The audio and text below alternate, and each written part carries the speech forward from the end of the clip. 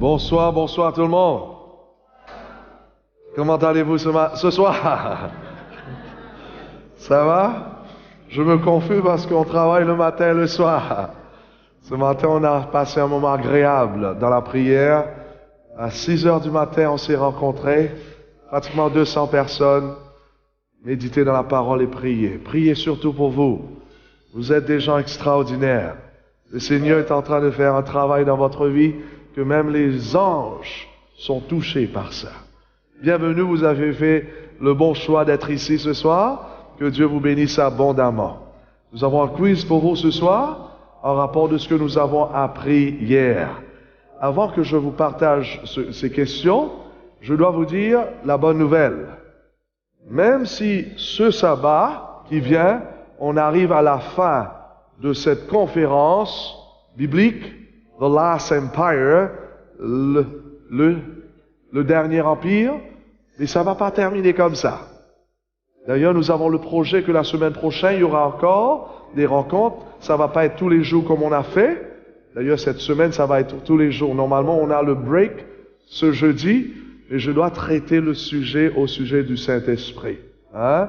Il y a des personnes qui sont sincères, qui sont en train de chercher la vérité en rapport du baptême du Saint-Esprit. Et je vais traiter cela ce jeudi. Donc, vous ne voulez pas rater parce que c'est ça ce qui se passe lorsqu'on est né de nouveau, lorsqu'on se donne à Jésus. Dieu veut que nous soyons remplis du Saint-Esprit. Comment savoir si nous sommes remplis du Saint-Esprit? Ce jeudi, je vais traiter cela. Plus encore, la semaine prochaine, donc cette semaine, le tout. La semaine prochaine, 2 fois dans la semaine, nous allons avoir une rencontre. On va vous dire, on va confirmer l'endroit demain. On espère que ça va être ici. D'accord? Et donc, ça va être mardi et jeudi soir. Nous allons traiter les prophéties bibliques. Ce que je suis en train de faire ici, c'est seulement sur la surface. On veut rentrer dedans. Je vais vous montrer pourquoi pendant cette semaine, car s'il y a un livre que les enfants de Dieu devraient lire, c'est le livre de la prophétie, surtout l'Apocalypse. Regardez, ce soir, vous allez voir, voilà, il y a une Bible là. Merci ma sœur. Remarquons qu'est-ce que l'Apocalypse nous dit dans l'Apocalypse chapitre 1er. Le verset 1er, ils doivent arriver quoi? Bientôt. Donc, le livre de l'Apocalypse est en rapport de Jésus-Christ. Beaucoup de gens n'aiment pas lire cela. Ils ont peur lorsqu'ils voient des symboles dragons, des cornes, hein, et tous ces trucs, ça leur fait peur. Et pourtant, Jean dit, ce livre, c'est la révélation de Jésus. Des disciples devraient lire ce livre plus que toute autre personne, parce que ça nous révèle de notre Seigneur et Sauveur. La semaine prochaine, nous allons traiter cela. Pendant la semaine, une soirée, on va rentrer dedans. On va étudier. C'est pas un sermon, on va rentrer, on va étudier, et vous aurez aussi des papiers, des questions et tout ça, afin qu'on étudie. Les enfants de Dieu devraient étudier la parole de Dieu. Il y aura comment on appelle ça? Interactions. Thank you. Des interactions. Et remarquons bien pourquoi l'Apocalypse est tellement important. Révélation de Jésus-Christ que Dieu lui a donné pour montrer à ses serviteurs les choses qui doivent arriver comment? Bientôt. Le livre de l'Apocalypse, c'est le livre qui nous prépare pour le ciel. Car c'est le livre qui nous explique ce qui va se passer juste avant que Jésus revienne, afin qu'on soit au courant. Surtout au courant de ce que le diable va faire dans le monde, au sein du christianisme, afin de tromper les gens. C'est pour cela, c'est effrayant quelquefois. Lorsque vous voyez ces visages, ces trucs-là, c'est parce que il y a un diable qui existe et il est en train de faire tout afin que les gens se perdent. L'Apocalypse bring to light. L'Apocalypse bring to light. How do you say that? Nous éclaire, voilà. L'Apocalypse nous éclaire en rapport de ce que le diable va faire dans les derniers temps. Et nous sommes en train de vivre dans les derniers temps, et c'est pour cela que ce livre est très important, afin de nous aider à démasquer ces ruses du diable. Et qu'il a fait connaître par l'envoi de son ange à son serviteur Jean, celui-ci a attesté la parole de Dieu et le témoignage de Jésus-Christ, soit tout ce qu'il a vu. Heureux celui qui lit et ceux qui entendent les paroles de la prophétie, de cette prophétie-là, et qui gardent les choses qui y sont écrites. C'est l'obéissance ici. Car le temps est quoi? Est proche. Donc, s'il y a un livre que vous devrez étudier plus que tout autre livre, c'est ce livre-là. Et on va traiter ce livre pendant presque toutes ces soirées qui viennent devant nous. Je crois que vous serez là, mais ne rate pas surtout la semaine prochaine. Merci, ma sœur. Et puis, nous allons traiter aussi au sujet du christianisme. Comment vivre notre christianisme pleinement? Il y a des personnes qui sont ici, vous avez entendu parler de Dieu, mais vous ne savez pas comment prier. Vous ne savez pas comment lire la Bible, afin que lorsque vous lisez, quelque chose se passe dans votre vie et que vous soyez transformés.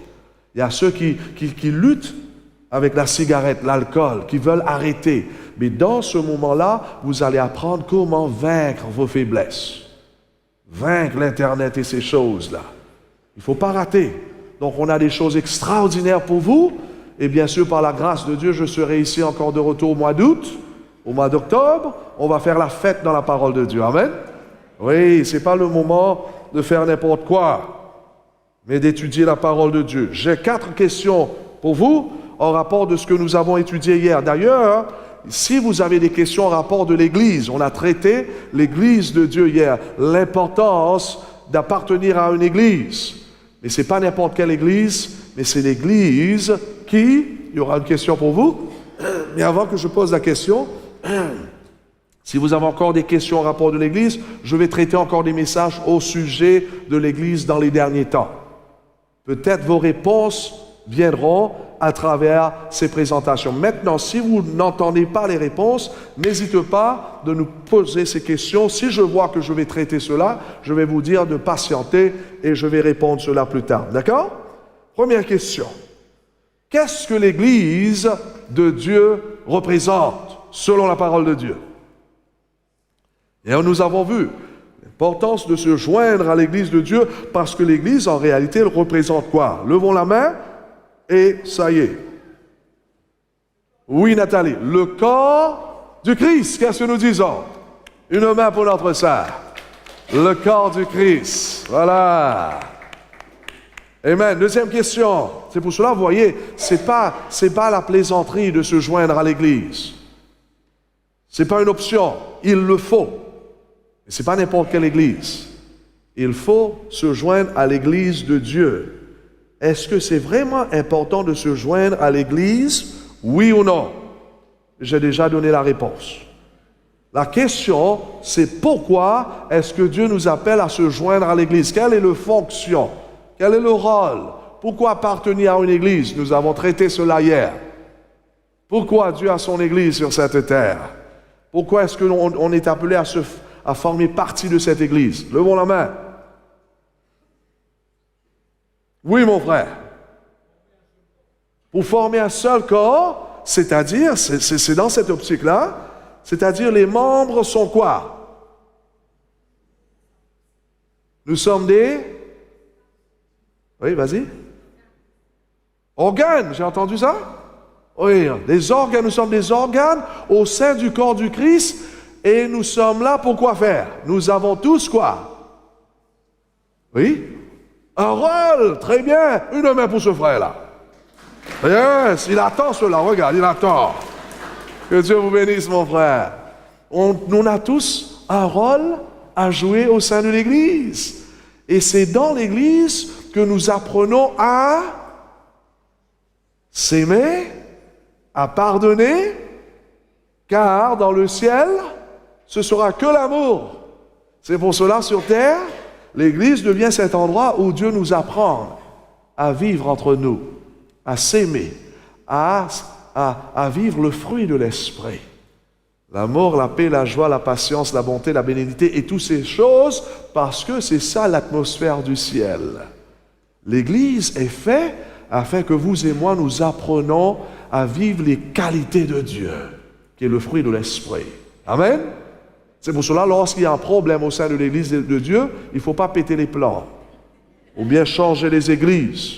Non, il faut qu'on apprenne à aimer ceux qui nous perturbent. Wow! Ah oui, on devrait parler un petit peu plus là-dessus, hein? Mais pas ce soir.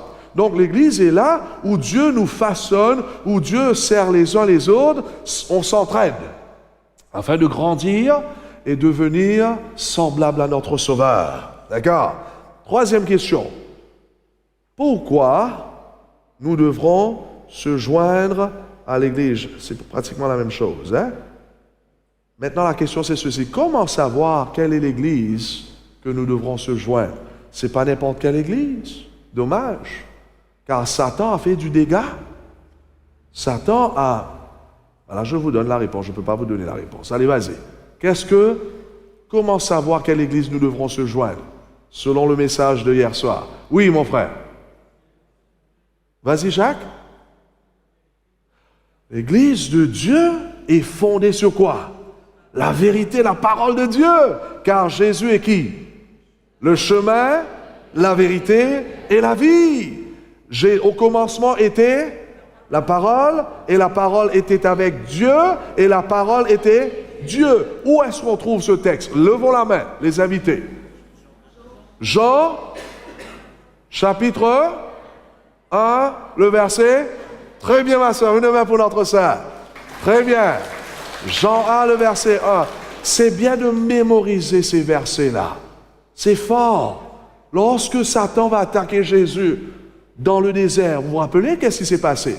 Les tentations de Jésus. Qu'est-ce que Jésus va servir? Vous vous rappelez? Chaque fois Satan dit, jette-toi, hein? Ou bien change cette roche en pain. Qu'est-ce que Jésus va dire? Il est écrit. Il est écrit veut dire quoi? Jésus va servir quoi? La parole de Dieu. Et Jésus va citer des versets. Et c'est pour cela que c'est important pour nous de mémoriser ces versets. C'est bien ça. Au lieu de mémoriser ces films de Hollywood et ces acteurs. Non. Mémorise les versets bibliques. Qu'est-ce que nous disons? Ah oui! Un footballeur parle du football. Un joueur, un rugbyman parle de rugby. Un chrétien parle de quoi? De Christ, de la parole. Mémorise la parole. Donc l'Église de Dieu devrait se fonder sur la parole de Dieu. Pas fondée sur quoi? Ça ne devrait pas être fondé sur quoi? Je vous ai donné 4 autorités, pas hier, mais avant. Quelles sont ces 4 autorités-là que les gens aiment baser leur foi là-dessus? Tradition, très bien, ma sœur. L'Église de Dieu n'est pas fondée sur les traditions. Il y a des bonnes traditions, Dieu soit loué, mais il faut que toutes nos traditions soient filtrées par la parole de Dieu. Car il y a les traditions païennes, on a déjà étudié, qui est rentré au sein du christianisme. Et c'est pour cela, aujourd'hui, le christianisme est dans le noir. Ce soir, je vais traiter une de ces traditions. Ça va vous choquer, mais ça va vous libérer si vous croyez dans la parole de Dieu. Et si vous obéissez à la parole de Dieu. L'Église ne devrait pas être fondée sur la culture. Il est vrai qu'on a des bonnes cultures. Il faut pratiquer ces bonnes cultures. Mais il y a des mauvaises cultures aussi. Il faut faire attention. D'accord? Il y a la raison. Il y a des gens qui aiment baser aussi leur croyance sur la raison, sur la logique. Ou bien sur les émotions. Ils veulent sentir quelque chose. Attention, Satan joue à travers nos émotions. Hein, il y a des bonnes émotions, mais il y a des mauvaises émotions aussi. Il faut que tout soit filtré. Si on a des émotions dans la louange ou bien dans les choses qu'on fait, il faut aller à la parole et regarder si nos émotions correspondent aux Écritures. Voyez-vous? Donc c'est très important. Il faut absolument que l'Église de Dieu soit fondée sur la parole. Pourquoi? Dernière question. Pourquoi la parole? Je vous ai dit, parce que Jésus est la vérité et la vie. Jésus est la parole. Mais plus que ça, pourquoi? Quelle est la fonction de l'Église dans le monde? Dernière question. La fonction. Quelle est la fonction de l'Église dans le monde? Fred, quelle est la fonction de l'Église dans le monde? Tu peux demander à Nathalie, tu as une chance là. Le rôle de l'Église dans un monde rempli de ténèbres, c'est quoi? C'est d'être la lumière du monde. D'accord? Vous vous rappelez ça? Hein? Je vous ai donné le texte hier, Matthieu chapitre 7, le verset 14. Hein? Donc, l'Église est là pour éclairer les gens qui sont dans le ténèbre. C'est pour cela, si nos enseignements sont mélangés avec les traditions et le ténèbre, comment est-ce qu'on peut être la lumière du monde? Est-ce que vous comprenez là? C'est important donc que nos enseignements soient bibliques et bibliques seuls. Il ne faut pas qu'il y ait des trucs mélangés, car ces petits trucs-là, ça suffit pour rendre quelqu'un perdu. Ce soir, je vais traiter une de ces choses-là. La question qu'on se pose ce soir, c'est ceci. Qu'arrive-t-il quand nous mourrons? Mes bien-aimés, la Bible traite le sujet de la mort dans les moindres détails. On ne nous laisse pas deviner ce qui arrive quand une personne meurt. Ce soir, vous allez découvrir que Dieu a un plan merveilleux et compatissant pour ses enfants. Il y a des gens qui sont là ce soir. Le sujet de la mort, c'est quelque chose de très délicat parce que vous avez perdu des personnes dans votre vie. Il y a les femmes qui ont perdu leur mari ce soir et ils sont là. Il y a des enfants qui ont perdu leur papa ou leur maman. Vous êtes là ce soir. Il y a ceux qui ont perdu leurs enfants. Vous êtes là ce soir. Donc c'est un sujet délicat. Et je comprends et je vous assure que Dieu comprend cela. Et Dieu a une réponse pour nous en rapport de ce qui se passe ou ce qui s'est passé à nos bien-aimés. Est-ce qu'ils sont dans la tombe? Ou bien est-ce qu'ils sont dans le ciel quelque part, ou dans l'enfer, ou dans la purgatoire? Qu'est-ce que la Bible nous enseigne au sujet de la mort? Quelques années de cela, j'ai rencontré cet homme. Peut-être beaucoup d'entre vous, vous connaissez cet homme. Mais il y avait un jour un de nos frères qui était proche de lui, Henri et Mata. D'ailleurs, vous êtes là ce soir. Et vous avez essayé de persuader. Je pense qu'il est en train d'écouter ce soir. J'aurais aimé que lui, il était là parmi nous afin de nous parler, car vraiment, cet homme a connu l'enfer, si vous voulez. Et voilà, j'étais en train de prêcher à Mont-d'Or, Jean-Marc. C'était rempli, l'endroit était bien rempli. Et voilà, il était là pour la première fois, car Henri lui disait, il faut venir, ça va être spécial. Et voilà Alex qui dit, oui, ça va être spécial, mais moi, c'est pas mon truc. Et Henri a essayé son mieux, finalement, il dit, ok, je viens seulement pour une soirée. Et ça y est, je viens plus encore. C'était quelqu'un qui avait de l'argent. Il était bien dans sa peau. Le soir, j'étais en train de traiter un sermon qui l'a touché. Et lorsque j'étais en train de faire l'appel à ceux qui veulent donner leur vie à Jésus, les gens se mettaient debout, et lui se mettait debout, et il s'asseyait encore. Et il se mettait debout, il s'asseyait encore, comme s'il y avait une guerre qui se passait dans son cœur. Et voilà à la porte, lorsque j'étais en train de serrer les mains des gens, il est venu et il était bien frustré. Jean-Noël, pourquoi est-ce que tu es en train d'appeler aux gens de donner leur cœur à Jésus quand tu ne connais pas ces gens? Tu ne sais pas leur passé. Je dis, je n'ai pas besoin de connaître, monsieur, leur passé, car Jésus connaît déjà leur passé. Je ne suis pas là pour moi. Je suis là de la part de Dieu. Ah, mais oui, c'est vrai ce que tu dis, mais il y a des gens qui ont des mauvaises passés. Des mauvais passés. Ils ont fait des dégâts dans leur vie. Qui te dit que Dieu va accepter ces personnes? Je dis, la raison que tu es là, mon frère, la raison que chaque personne est là, c'est parce qu'il y a une chance pour vous. C'est parce que Dieu vous a amené ici, parce qu'il y a encore une chance pour vous. Et il continue en me disant, tu ne me connais pas. J'ai fait des bêtises dans ma vie, tu ne veux pas connaître. Et je ne pense pas s'il y a de chance pour moi. Je suis allé trop loin.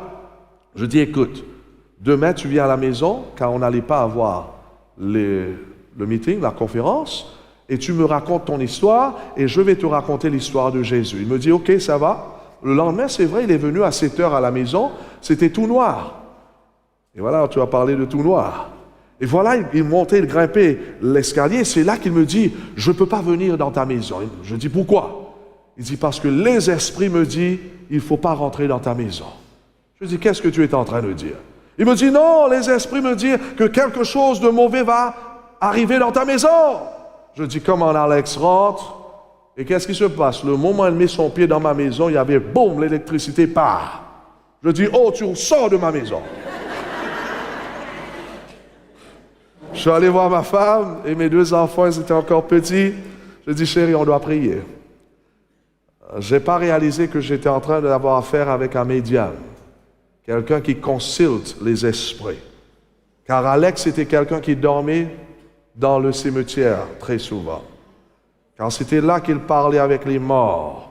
Et c'était là qu'il avait ses visions et ses choses. Donc je priais avec ma famille, et voilà, après ce que j'ai prié, on est retourné, on a mis l'électricité en marche, et voilà, je dis, Alex, tu t'assois. Et il est agité comme ça, il dit, je dois partir parce que les esprits vont me tuer, les esprits sont en colère contre moi, je ne devrais pas te voir. Je dis, tu t'assois parce que ce soir, je vais t'introduire à un autre esprit. Et son nom, c'est le Saint-Esprit. Et il y a une puissance dans ce Saint-Esprit, Alex. Tu n'as pas besoin d'avoir peur, on a déjà prié pour toi. Et voilà l'homme qui s'assoit, il me raconte son histoire. Et voilà, il me dit, pasteur Jean-Noël, pendant toutes ces années, j'ai fait que des bêtises. J'ai grandi dans une famille où mon père était vraiment sérieux. Mon père était vraiment dur avec moi. Il a essayé de me dresser. C'était un homme qui était dans l'armée de Saigon, en Vietnam.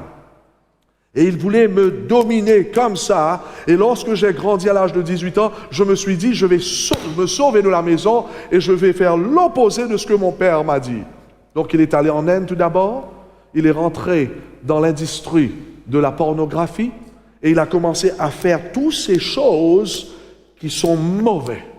Et finalement, il a pris l'avion, il est arrivé à Darwin, en Australie, et c'est là qu'il est rentré dans le mafia, en Australie.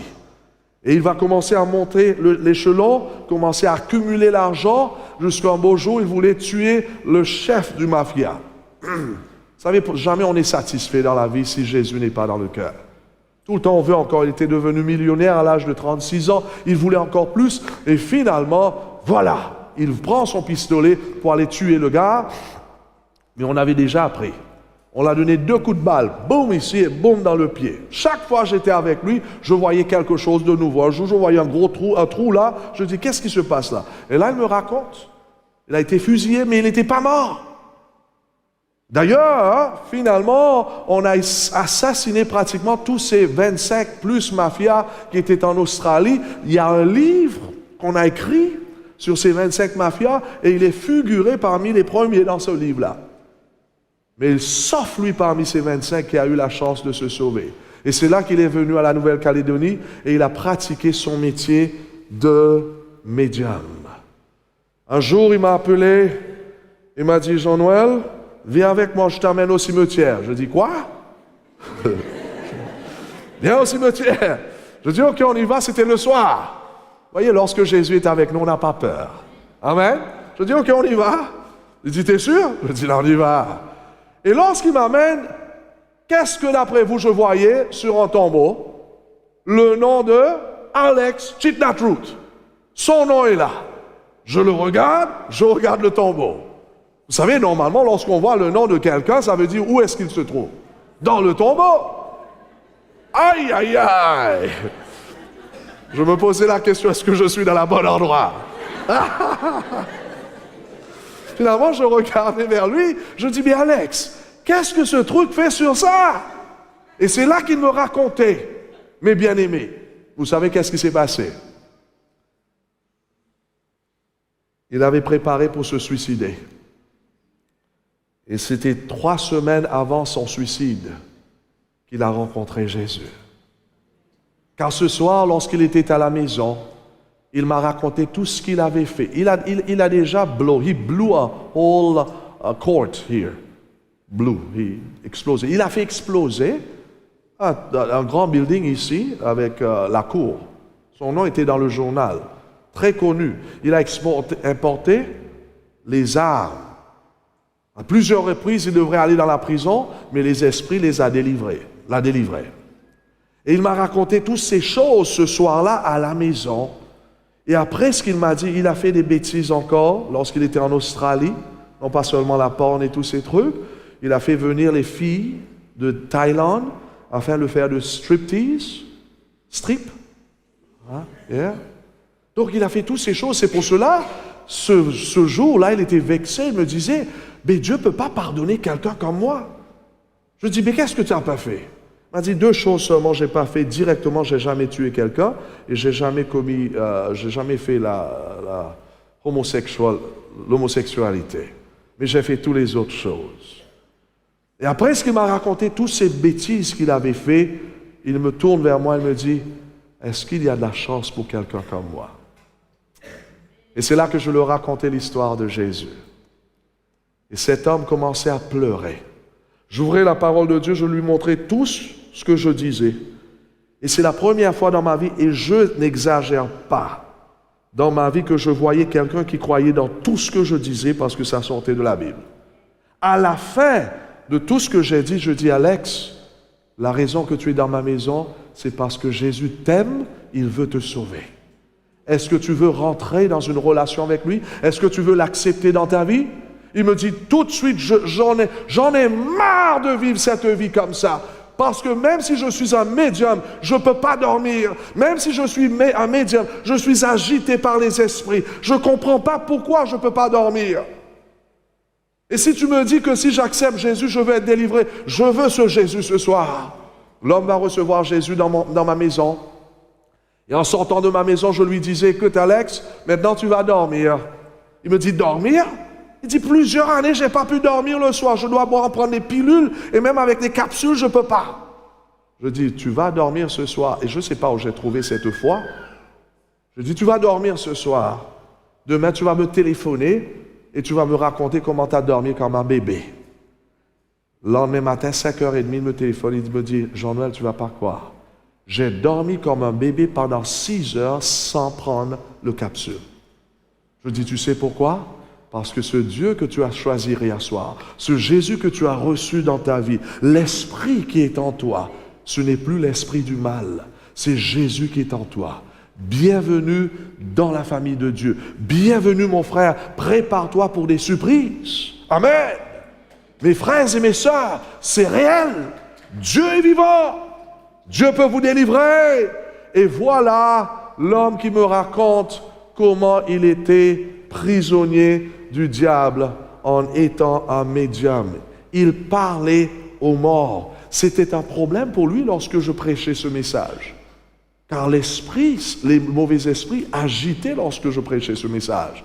D'ailleurs, aujourd'hui, il y a beaucoup de gens qui posent beaucoup de questions en rapport de ce qui se passe à la mort.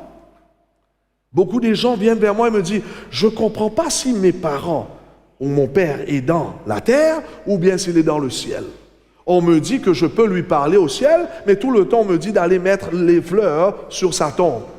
Donc, où est-ce qu'il est? Aujourd'hui, mes bien-aimés, il y a une confusion au sujet de l'état des morts. Il y a des gens qui disent, lorsque tu meurs, il y a quelque chose qui sort de ton corps, qui va vivre ailleurs. On appelle ça l'âme. Il y a beaucoup de gens qui croient dans ce qu'on appelle l'âme est immortelle. En d'autres mots, l'immortalité de l'âme. Qu'est-ce que la Bible nous dit au sujet de ça? J'aimerais vous arrêter tout de suite pour vous montrer quelque chose. Écoute ce que la Bible nous dit en rapport de l'âme. Est-ce que vraiment l'âme est immortelle? Nous lisons dans Ézéchiel chapitre 18, le verset 4. « Voici toutes les âmes sont à moi, l'âme qui pêche, c'est celle qui quoi? » Donc, selon la Bible, l'âme est quoi? Mortelle. C'est ça ce qu'on voit là. D'accord? Donc, il y a une confusion. Est-ce que réellement l'âme est mortelle ou bien l'âme est immortelle? C'est pour cela aujourd'hui, il y a beaucoup de questions en rapport de ce qui se passe à la mort. Des questions par exemple, les gens naissent-ils pour mourir? La mort est-elle la fin de la vie? Y a-t-il une vie après la mort? Qu'advient-il de ceux qui sont dans leur tombeau? Pouvons-nous aider les morts? Pouvons-nous parler aux morts? Reverrons-nous nos êtres aimés morts? Où sont les morts en réalité? Ce soir, nous allons traiter cela. Le titre, La mort dans l'Empire. La mort dans l'Empire et le sous-titre, c'est « Que se passe-t-il quand nous mourrons ?» Prions le Seigneur. Notre bon et tendre Père Céleste, que ton Esprit Saint nous ranime ce soir. Que ton Esprit Saint soit déversé sur cette assemblée, surtout là que nous sommes en train d'étudier ce sujet tellement important, car l'ennemi Satan a fait du dégât au sein du christianisme. Éclaire-nous ce soir. Donne-nous un cœur pur, afin qu'on puisse voir et comprendre ce message selon ta parole. Et que nous puissions tous, en rentrant chez nous, croire dans ta parole et non pas dans ce que les gens nous ont enseigné, nos parents nous ont enseigné, même nos églises pour certains. Et que tu puisses nous donner, augmenter cette foi, afin que nous puissions croire dans les Écritures. Car Jésus n'est pas seulement le chemin, mais il est la vérité. Parle, Seigneur.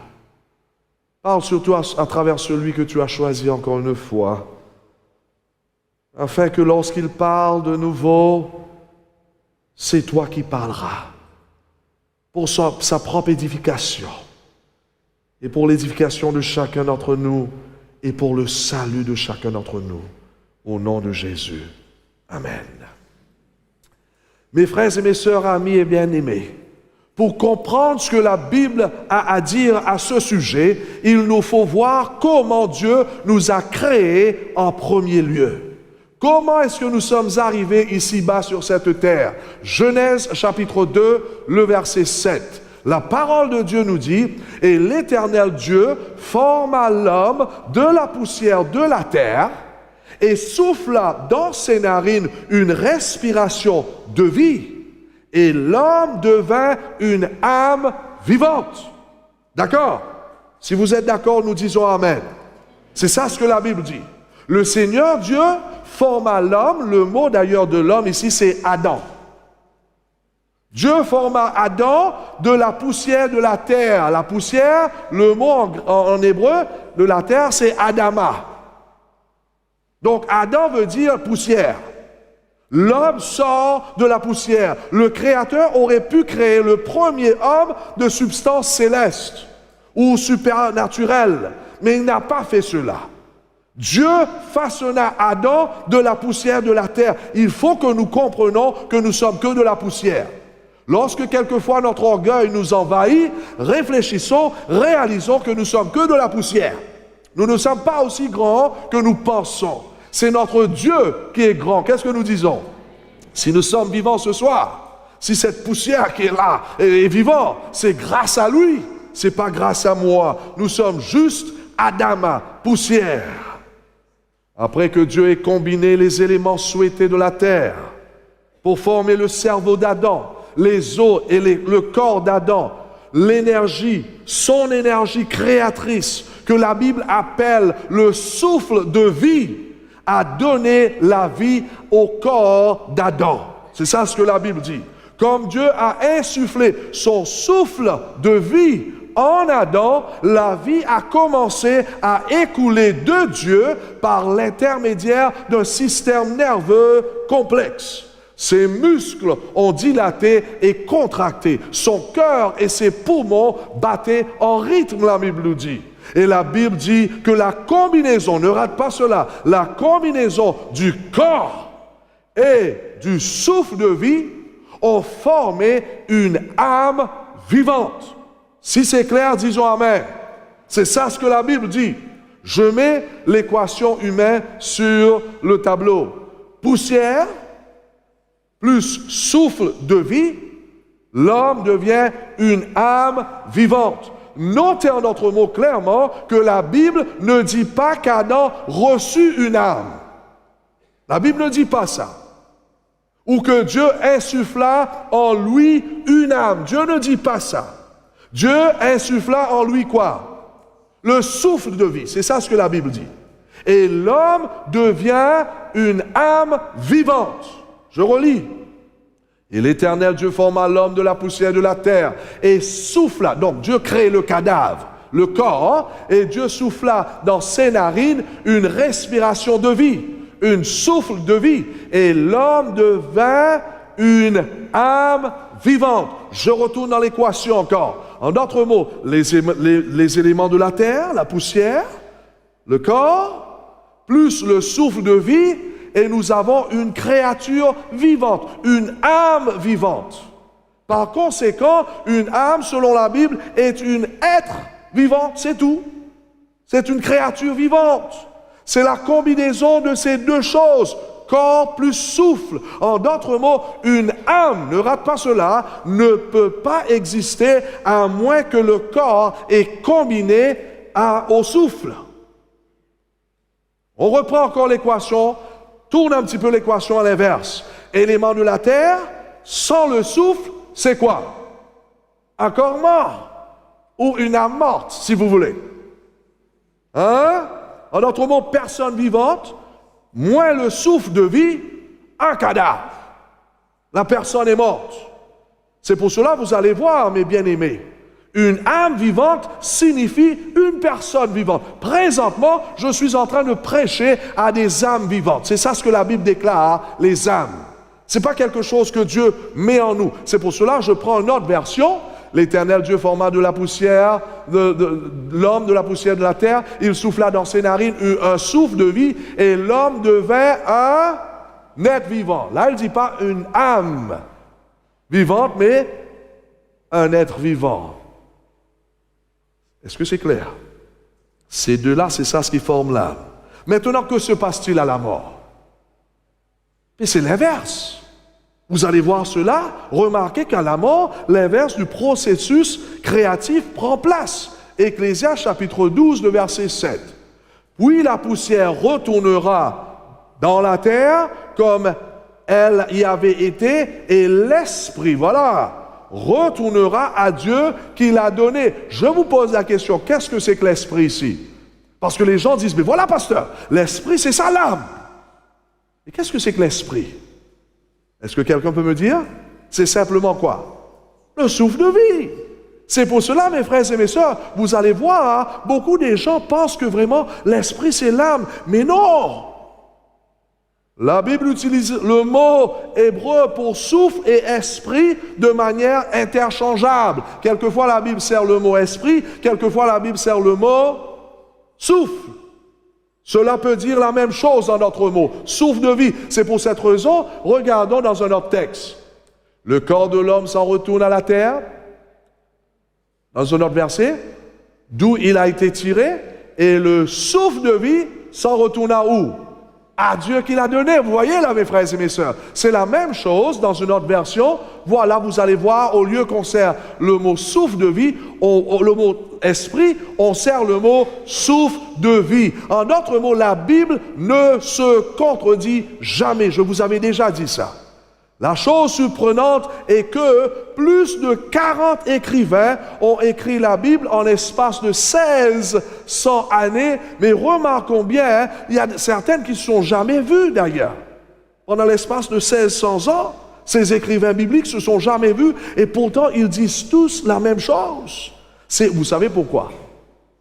Parce que tous étaient inspirés par le même esprit, le Saint-Esprit. Qu'est-ce que nous disons? Oh, mes bien-aimés, remarquons, nous voyons la même chose. Psaume 146, regarde ce qui se passe à la mort. Dès qu'ils rendent leur dernier souffle, voilà. Dès qu'ils retournent à la terre, leurs projets sont enterrés avec eux. En d'autres mots, lorsque quelqu'un meurt, son corps devient poussière. Et son souffle de vie ou son esprit, comme la Bible quelquefois dit, revient à Dieu qui est la source. Notre mot nulle part dans la Bible est dit que la vie ou la sagesse ou un sentiment est donné à l'esprit après qu'une personne meurt. L'esprit ne va nulle part dans la forme d'une vie au ciel ou en enfer, car l'esprit est juste le souffle de vie. Ce que la Bible dit, c'est quand une personne meurt, elle cesse d'exister, c'est tout, elle cesse d'exister. C'est ça la mort d'ailleurs. Qu'est-ce que c'est que la mort? C'est de cesser de vivre. Et c'est pour cela, lorsque quelqu'un meurt, c'est ça ce qui se passe. Pas seulement physiquement, mais dans toute autre forme, matière, esprit ou n'importe quoi, la personne arrive à la fin de sa vie. Ne vous en faites pas. On va voir tout là. Hein? Ne vous paniquez pas. C'est comme un peu comme cette ampoule là. Hein? Faisons cette illustration un petit peu. Voilà une ampoule. Qu'est-ce qui fait l'ampoule allumée? Qu'est-ce qui fait l'ampoule allumée? C'est l'électricité. Hein? Donc, ici, l'ampoule, le mot d'ailleurs, si j'enlève le... On appelle ça? La prise. Si j'enlève la prise, ça ne marche plus. Ce qui fait que l'ampoule s'allume, c'est l'électricité. Ce qui fait que l'homme fonctionne et vit, c'est quoi? Le souffle de vie. L'électricité est comparée au souffle de vie. Le corps est comparé à l'ampoule. Le jour où Dieu décide de retirer la prise, l'homme meurt. C'est aussi simple que ça.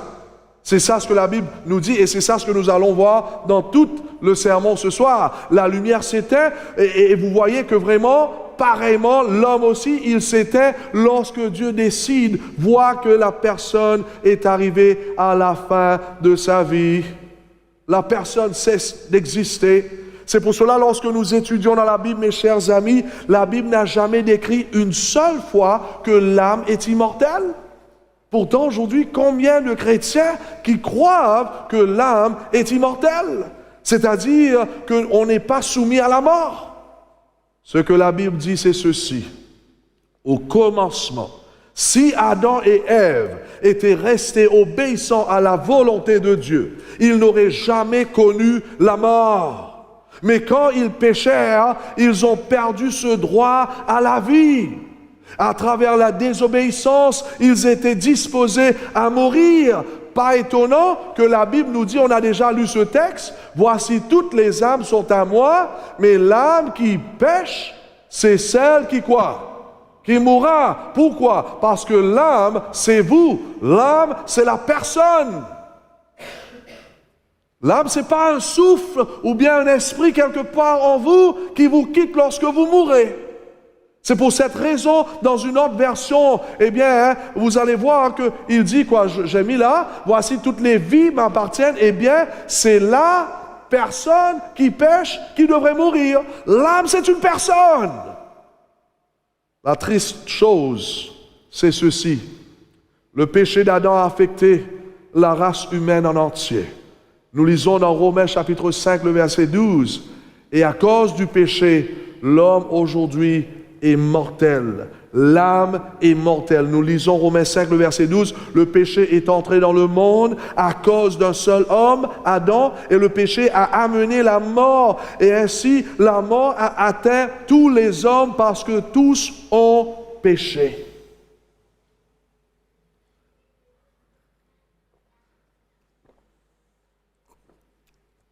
En d'autres mots, puisque l'âme qui pêche est celle qui mourra, toute personne née sur cette terre pécheresse sont toutes mortelles parce que tout homme, toute femme, tous les enfants sont des pécheurs. Nous sommes tous soumis à la mort. D'ailleurs, vous verrez cette vérité dans la Bible en entier. Vous pouvez écrire ces textes-là. Vous allez voir que les êtres humains sont mortels. D'ailleurs, mes bien-aimés, selon la Bible, surtout vous lisez la Bible de la version King James, utilise le mot âme 1600 fois, mais ne fait jamais mention d'âme immortelle. 1600 fois. Pourquoi? Parce que l'homme est mortel à cause de ses péchés. Il n'y a aucune indication dans la Bible que les humains ont une quelconque conscience existante hors du corps. En d'autres mots, chaque être est créé mortel selon la Bible. Mais selon la parole de Dieu, c'est ça la bonne nouvelle. À l'heure actuelle, uniquement Dieu qui est immortel. Nous lisons dans 1 Timothée chapitre 6, le verset 14 à 16. Jusqu'au jour où notre Seigneur Jésus apparaîtra, cette apparition interviendra au moment fixé par Dieu, le souverain unique, la source du bonheur, le roi des rois et le Seigneur des seigneurs. Lui seul est immortel. Il habite une lumière dont personne ne peut s'approcher. Je vous pose la question, qui est la seule personne qui est immortelle? Lui seul, Jésus, est immortel. Pas les hommes, pas les femmes, pas l'être humain. C'est seulement Dieu qui est immortel. C'est ça ce que la Bible nous enseigne. Maintenant, que se passe-t-il à la mort? Écrivez ces textes, va vérifier chez vous. Que se passe-t-il à la mort? La Bible nous dit, par exemple, note ce texte ici. Psaume 6, le verset 6. Regarde bien ce qui se passe à la mort. car celui qui meurt n'a plus ton souvenir. Est-ce que vous suivez? Qui te louera dans le séjour des morts? Qui te louera dans le séjour des morts? En d'autres mots, est-ce que vous suivez? En d'autres mots, parce que le cerveau se désintègre, la personne ne peut plus comprendre ni se rappeler de toute chose. Je reprends encore, je relis encore. Vous ne devrez pas rater cela. Mes chers Wallisiens, je vous aime. Écoute ce que la Bible nous dit. Car celui qui meurt n'a plus ton souvenir. Qui te louera dans le séjour des morts? Qu'est-ce que nous disons? Lorsque quelqu'un meurt, il est vraiment quoi? Mort. La Bible dit, lorsque quelqu'un meurt, il n'a plus de souvenir de Dieu. Pourquoi? Parce que le cerveau est désintégré. La personne ne peut plus comprendre, ni se rappeler de toute chose. Je vous donne un autre texte. Ecclésiaste 9, le verset 5 et 6. C'est les vivants. Car les vivants, savent qu'ils mourront. Mais les morts ne savent rien du tout. Il n'y a plus pour eux de récompense, car leur mémoire est oubliée. Wow! Est-ce que vous voyez, mes frères et mes sœurs? Je continue. Aussi, leur amour est oublié, et leur haine, et leur envie a déjà péri, et ils n'ont plus à jamais aucune part dans tout ce qui se fait sous le soleil. Combien de gens qui sont venus me voir me disant, pasteur, prie pour mon enfant, prie pour moi, parce que vraiment, avant de mourir, j'ai pas pu me réconcilier avec lui. Et voilà, j'ai tous ces malheurs, parce que c'est lui qui parle à Dieu pour me casser la tête. Beaucoup de gens sont comme ça. Ils ont peur. S'il te plaît, laisse-moi tranquille. Et mes frères et mes sœurs, selon la Bible, la personne est morte. La personne ne sait rien. On va voir tout à l'heure. La Bible nous donne des détails. En d'autres mots, les morts ne sont pas conscients de ce qui se passe sur la terre. Ils n'ont aucun contact avec la vie. Toutes leurs émotions ont pris fin. C'est ça ce que la Bible nous dit. Est-ce que nous pouvons dire Amen? Psaume 146, le verset 3. Ne comptez pas sur les gens influents. Ce sont que des hommes. Ils sont impuissants à sauver. Son souffle s'en va. Voilà le mot souffle. Son souffle s'en va. Ou son esprit s'en va. Il retourne à sa terre. Ce même jour, ses pensées quoi? Oh! Voyez combien nous devrons étudier la Bible? Ce soir, vous n'aurez pas dû venir ici pour connaître cette vérité. Le problème, c'est que nous ne connaissons pas la Bible. Il faut commencer à lire la Bible, mes frères et mes sœurs. Amis invités. Il faut commencer à étudier la parole de Dieu, car la parole de Dieu est une lampe à nos pieds et une lumière sur nos sentiers. Qu'est-ce que nous disons? Ce même jour, la Bible nous dit, lorsque l'homme meurt, ses pensées périssent. Est-ce que vous voulez encore des textes? Je vous donne encore. Psaume 115, le verset 17. Ce ne sont pas les morts qui quoi? Aïe, aïe, aïe, qui célèbrent Dieu. Ce n'est aucun de ceux qui descendent dans le lieu du silence. Les morts ne louent pas le Seigneur, la Bible dit. Pourquoi? Dis-moi pourquoi. Parce qu'ils sont morts. C'est simple. Parce qu'ils sont simplement morts, ils ne savent pas ce qui se passe autour d'eux. C'est pour cela, c'est pas étonnant que la Bible compare la mort à un sommeil. D'ailleurs, vous savez combien de fois la Bible compare la mort à un sommeil? 53 fois. On va voir certains textes tout à l'heure. Pourquoi, d'après vous, la Bible compare la mort comme un sommeil? Lorsque vous dormez, est-ce que vous savez que le voleur est venu, il a pris votre télé ou votre ordinateur? Non. Vous êtes inconscient, le lendemain matin, vous voyez, tout est parti. C'est pas vrai? Parce que vous dormez, vous n'êtes pas conscient. Et la Bible déclare quelqu'un qui est mort comme quelqu'un qui est dans un sommeil pour nous montrer que vraiment la personne est inconsciente. Hein?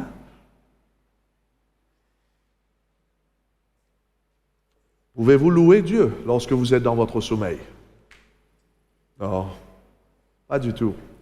C'est pour cela la Bible est claire, mes frères et mes sœurs. La mort est un sommeil parce qu'on n'est pas conscient de ce qui se passe autour de nous. La question se pose maintenant, jusqu'à quand les morts resteront-ils dans leur tombeau? Ça, c'est une bonne question parce qu'il y a des parents ou bien des mamans qui ont peur maintenant. Qu'est-ce qui va se passer? Ça veut dire, est-ce que c'est fini pour eux? Je ne vais plus leur voir? Qu'est-ce que la Bible nous enseigne? Écoute ce que Job va nous dire. Dans le livre de Job, chapitre 14, le verset 12. Job, chapitre 14, le verset 12. Écoute ce que la parole de Dieu nous dit. Et l'homme, quand il meurt, ne se relève plus. Ça n'arrête pas là, Dieu merci. On continue. Tant qu'il y aura quoi? Des cieux, ils ne se réveilleront point et on ne les fera pas sortir de leur quoi? Voyez-vous le mot sommeil là? Déjà on voit le mot sommeil. Donc jusqu'à quand est-ce que l'homme sera dans son tombeau? L'homme, quand il meurt, ne se relève plus quand? Tant qu'il y aura des cieux, ils ne réveilleront plus. Qu'est-ce que cela veut dire? Donc l'homme sera dans son tombeau jusqu'à quand? Ah là, vous parlez en langue, je ne comprends pas. Qu'est-ce que cela veut dire? L'homme sera dans son tombeau jusqu'à quand? La fin du monde. C'est ça ce que le texte nous dit. Je vous donne un autre texte d'ailleurs qui dit la même chose. Remarquons bien ce que Dieu va dire à Daniel. Daniel, c'était un homme de Dieu. S'il y a un homme qui devrait être dans le ciel aujourd'hui, c'est cet homme. Vous pouvez lire Daniel dans le livre de Daniel, vous allez voir pourquoi. On a essayé de trouver du défaut de caractère, de son caractère, on n'a jamais trouvé. Vous savez ça. Donc s'il y a un homme qui devrait monter au ciel dans sa mort, ça devrait être cet homme. Mais écoute ce que Dieu va dire.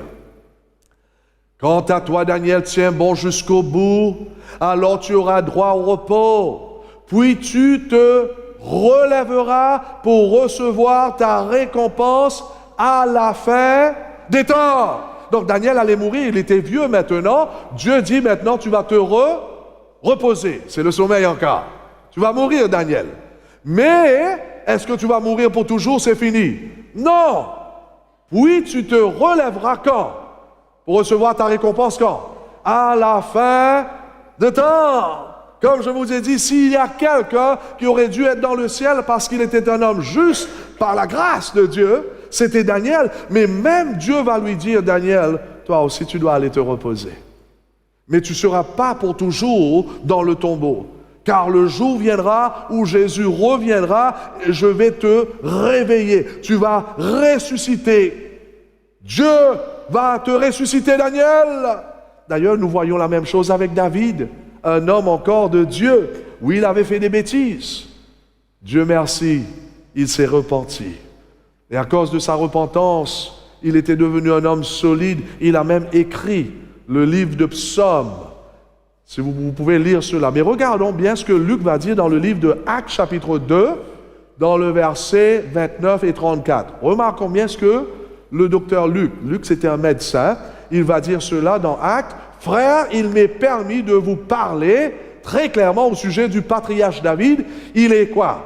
Mort, il a été enterré et sa tombe se trouve encore aujourd'hui chez nous.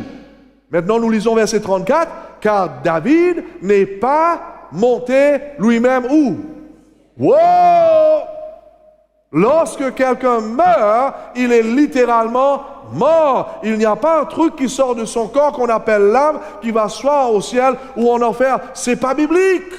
C'est pour cela, ce qui se passe à la mort, c'est simplement ceci. La personne meurt ici et voilà, Jésus revient ici. Entre point A et point B, qu'est-ce qui se passe? Vous allez voir que lorsque Jésus revient, la personne revient à la vie. Tandis que d'ici à ici, qu'est-ce que la personne fait? Il dort. Profond sommeil, la Bible dit. Jusqu'au retour du Christ, la personne ne sait rien. Pourquoi? Parce que sa pensée est arrivée à sa fin. Désintégrer le cerveau. C'est pour cela, mes bien-aimés, en d'autres mots, il y aura une résurrection quand Jésus reviendra. Amen. C'est la fin des jours que Dieu a dit à Daniel et à Job. D'ailleurs, nous voyons cette réalité que lorsque Jésus reviendra, il y aura une résurrection. Paul nous dit dans Corinthiens chapitre 15, le verset 16 et à suivre, « Car si les morts ne ressuscitent pas, le Christ non plus n'est pas ressuscité. » Il y avait des chrétiens à Corinthe qui ne croyaient pas dans la résurrection. Et voilà, Paul était en train de leur convaincre. Si vous ne croyez pas dans la résurrection, Paul dit, le Christ non plus n'est pas ressuscité, il dit. Et si le Christ n'est pas ressuscité, votre foi est une illusion et vous êtes encore en pleine dans vos péchés. Il en résulte aussi que ceux qui sont morts en croyant au Christ sont quoi? Perdus. Si nous avons mis notre espérance dans le Christ uniquement pour cette vie, alors nous sommes les plus à plaindre de tous les hommes. Donc Paul va dire que vraiment il y aura une résurrection, car s'il n'y a pas de résurrection, pourquoi? Qu'est-ce qui va se passer? Ceux qui sont morts n'ont plus de l'espérance. Pourquoi? Parce que lorsqu'ils sont morts, ils ne sont pas dans le ciel. Parce que les morts devraient attendre le retour du Christ. C'est pour cela, ce soir, je suis ici pour vous dire, mes bien-aimés, selon la parole de Dieu, le retour du Christ est vraiment dominant dans la parole de Dieu. Le retour du Christ, c'est une doctrine très importante. Car Christ reviendra. Et lorsqu'il reviendra, les morts vont être ressuscités. Daniel lui-même en parle en disant, Daniel 12, le verset 2. Remarquons bien qu'est-ce qui va se passer dans cette résurrection. Beaucoup de gens qui dorment au fond de la tombe se réveilleront, les uns pour la vie éternelle et les autres pour la honte, pour l'horreur éternelle. Qu'est-ce que nous disons? Quand est-ce que les gens vont vivre dans la vie éternelle? Quand? Le retour du Christ, je reprends. Beaucoup de gens qui dorment, voilà le mot dormir, au fond de la tombe se réveilleront les uns. Quand est-ce qu'ils auront la vie éternelle? Lorsqu'ils vont se réveiller. Quand est-ce qu'ils vont se réveiller? Lorsque Jésus revient. Qu'est-ce que nous disons? Mais c'est ça ce que la Bible dit. Tandis qu'il y aura une autre catégorie, les autres pour la honte, pour l'horreur éternelle. En d'autres mots, il y aura deux types de résurrection. On va traiter cela pendant cette semaine. Ne rate pas, je vous assure. La Bible nous donne clairement comment ça va se passer. Il y aura deux types de résurrection. Ceux qui vont être ressuscités pour être avec le Christ pour toujours. Tandis que ceux qui vont être détruits éternellement par le feu. Jésus, d'ailleurs, va dire la même chose. C'est ça ce qui me touche avec la Bible. Remarquons bien ce que nous venons de lire. Maintenant, nous allons dans le Nouveau Testament. Écoute ce que Jésus va dire. Ne vous en étonnez pas, car le moment vient où tous les morts qui sont enterrés entendront sa voix. Combien qui vont entendre? Tous les morts. Et qu'est-ce qui va se passer? Et ils en sortiront de leur tombe. Ceux qui ont fait le bien ressusciteront pour recevoir la vie, c'est-à-dire la vie éternelle. Mais ceux qui ont fait le mal ressusciteront pour être condamnés. Deux types de résurrection lorsque Jésus revient. Donc même les méchants vont ressusciter lorsque Jésus revient. Même ceux qui ont refusé Jésus dans leur vie, ceux qui ont refusé de marcher avec le Christ en obéissant à ses commandements, Dieu va ressusciter tout le monde. Ce n'est seulement que lorsque Jésus reviendra que les morts revêtiront l'immortalité. D'ailleurs, écoute ce qui va se passer avec ceux qui vont rentrer dans l'éternité avec Jésus. 1 Corinthiens chapitre 15, le verset 52 et à 54. La trompette sonnera et les morts ressusciteront incorruptibles. Et nous serons changés. Car il faut que ce corps corruptible revête l'incorruptibilité. Et maintenant, et que ce corps mortel revêt. Est-ce que vous voyez quand est-ce que nous allons être immortels? Pas à la mort. On n'a pas des âmes immortelles. Lorsque Jésus reviendra, la première chose qu'il va faire, il va réveiller les gens, bons et méchants, ceux qui vivent en Christ, ceux qui vivent dans le péché. Et c'est là que vraiment ceux qui iront avec le Christ, Dieu va permettre de changer leur corps. Car il faut que ce corps corruptible revête l'incorruptibilité et que ce corps mortel revête l'immortalité. Oh mes bien-aimés, j'aimerais tellement me tenir tout près d'un cimetière lorsque Jésus revient. J'aimerais avoir ma maison tout près. Je vous dis avec tout mon cœur, vous savez pourquoi? Parce que ce sera le plus grand miracle de voir ces tombeaux qui s'ouvrent lorsque Jésus revient.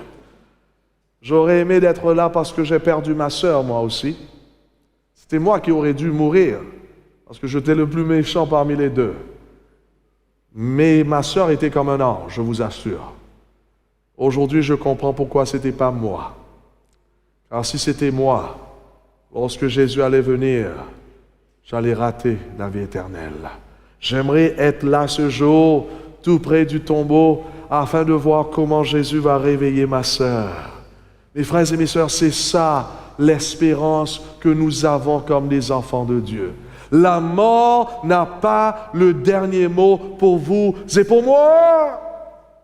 Si vous avez perdu vos bien-aimés, il ne faut pas perdre l'espoir, car il y a une espérance merveilleuse dans le retour du Christ.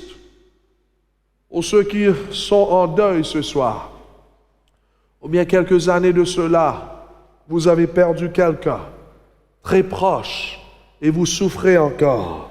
Il ne faut pas perdre l'espoir, car il y aura une résurrection selon la Bible.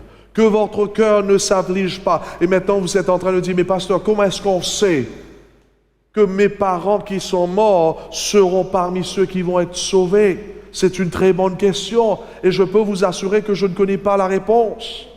Mais ce que je peux vous dire, c'est ceci. Notre Dieu est un Dieu juste. Il est fidèle. Il est bon. Et s'il trouve que vos parents, votre mari, votre papa, votre soeur, votre frère devraient être dans le ciel, il va les amener au ciel. Amen. On n'a pas besoin de prendre la tête. Suivons Dieu. Soyons fidèles jusqu'à la mort. Que votre cœur ne s'afflige pas, car Jésus reviendra. Et par sa grâce, nous verrons de nouveau nos êtres bien-aimés ou nos âmes bien-aimées.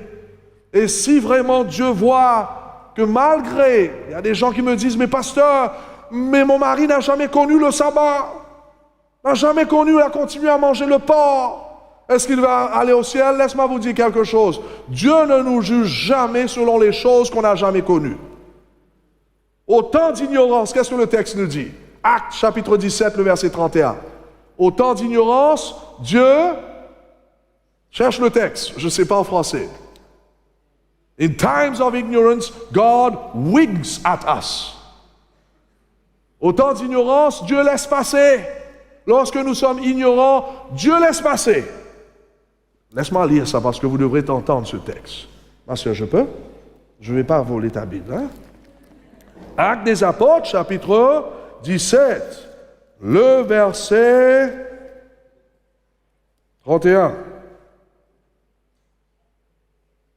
Prenons le verset 30, et voici que Dieu, sans tenir compte de ces temps d'ignorance.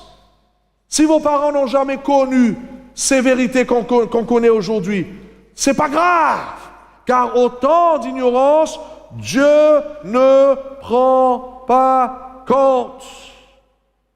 Mais, écoute bien, il annonce maintenant aux hommes que tous et partout ont à se repentir. Il a en effet fixé un jour où il doit juger le monde avec justice par l'homme qu'il a désigné, comme il en a donné la garantie à tout en le ressuscitant d'entre les morts. Mes frères et mes sœurs, il ne faut pas prendre la tête au sujet de vos parents, de vos bien-aimés qui sont morts. Dieu est fidèle, Dieu est juste, il est bon. C'est pour cela, mes frères et mes sœurs, la Bible est claire. Jésus va revenir. Il va prendre ses enfants avec lui. J'aime ce verset, Jean chapitre 14, le verset 1 à 3. Écoute ce que la Bible nous dit. Lisons ensemble ce soir. Que votre cœur ne se trouble point. Croyez en Dieu et croyez en moi. Il y a plusieurs demeures dans la maison de mon Père. Si cela n'était pas, je vous l'aurais dit. Je vais vous préparer une place. Et lorsque je m'en serai allé et que je vous aurai préparé une place, je reviendrai et je vous prendrai avec moi, afin que là où je suis, vous y soyez, vous aussi. Qu'est-ce que nous disons? Dieu a préparé une place pour nous. D'ailleurs, en anglais, c'est joli. En français, on ne voit pas ça. En anglais, on dit, God has prepared a mansion for me. Un palais pour nous. Vous êtes en train de casser la tête pour les morceaux de terrain ici? Dieu a préparé un palais pour nous. Arrête de voler les terrains des gens aussi. On se bat, on se tue. Quand Dieu a dit que votre cœur ne se trompe pas. Croyez en Dieu, j'aime ce texte-là. Croyez en moi. Il y a plusieurs demeures. Ici, on dit demeure. Ça, c'est pas bon. Ça sonne pas. La Bible dit palais. Dis à la personne à côté de vous, Dieu a préparé un palais pour vous. Vas-y. Palais. Oui. Dis à la personne, cesse de prendre le palais des autres ici-bas.